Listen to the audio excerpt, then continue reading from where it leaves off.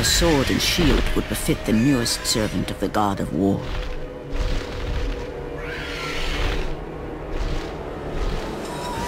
The blades of chaos, forged in the foulest depths of Hades. Once attached, the chains remained so, chained and seared to the flesh, a part of the bearer's body, a permanent reminder of Kratos' pledge. In return, ultimate power. The rage of Ares exploded from within. But soon, he would learn the true cost of such power. A cost too high even for Kratos to pay. Wretched beast! I know who it is you serve! Return to your master! Tell the god of war I am his no longer. Tell him he is not safe while I walk the earth. I will find Pandora's box. And I will use it to see him tremble and fall before me.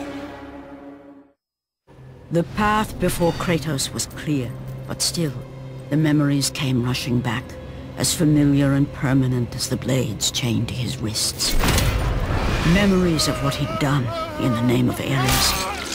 Memories of how he'd become a servant to the god of war. A beast, his humanity robbed, and replaced only with the will to murder. No one was safe. Entire armies fell before Kratos, and the soldiers who followed him on his unending path of conquest, all in the name of his master. Those who offered resistance of any kind were dealt with quickly. They've built this temple to offer prayers to Athena! This entire village stands as an affront to Lord Ares! Burn this village!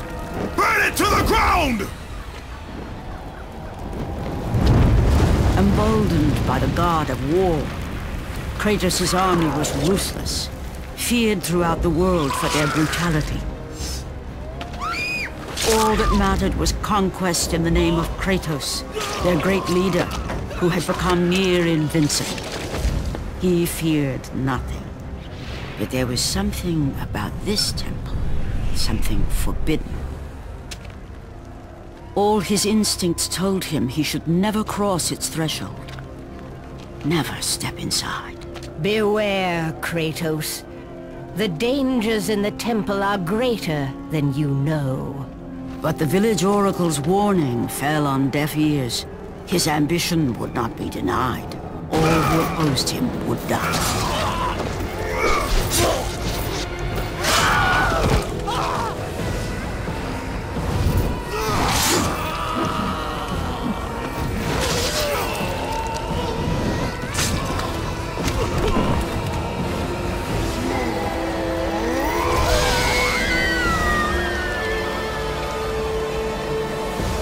In that instant, the glory he had reveled in turned to horror. The image of his two final victims would stay with him for all his days. With that act, Kratos knew he could no longer serve his master. He had but one calling now, the death of Ares. He would murder the god of war. Ares, you will die for what you did that night. After 1,000 years, Pandora's box was at last freed of its confines. Kratos had found the means to destroy the god of war. Far away in Athens, Ares knew Kratos had succeeded in his quest. So, little Spartan, you've recovered Zeus's precious box, but you will not live long enough to see it opened. I will see to that. Goodbye, Spartan. You will rot in the depths of Hades for all eternity.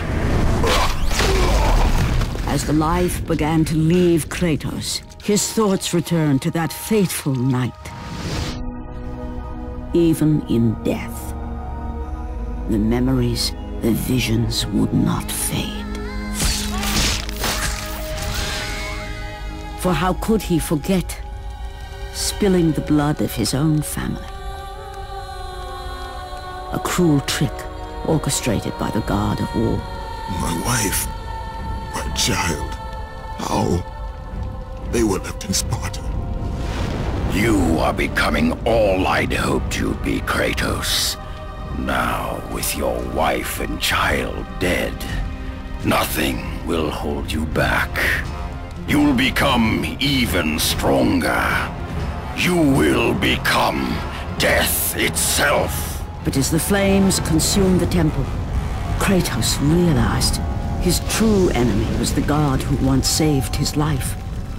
The same god who had now taken everything from him. Ares! From this night forward, the mark of your terrible deed will be visible to all. The ashes of your wife and child will remain fastened to your skin, never to be removed. And with that curse, all would know him for the beast he had become. His skin white with the ash of his dead family. The ghost of Sparta had been born. In the end, in death, he had failed. As the minions of Ares claimed Pandora's box, Kratos' life faded, and his cursed soul was cast into the fires of Hades. And Kratos fell into the underworld, the river Styx beckoning below, the currents strong enough to carry even the strongest mortal to his eternal resting place. But Kratos had no intention of resting yet. He intended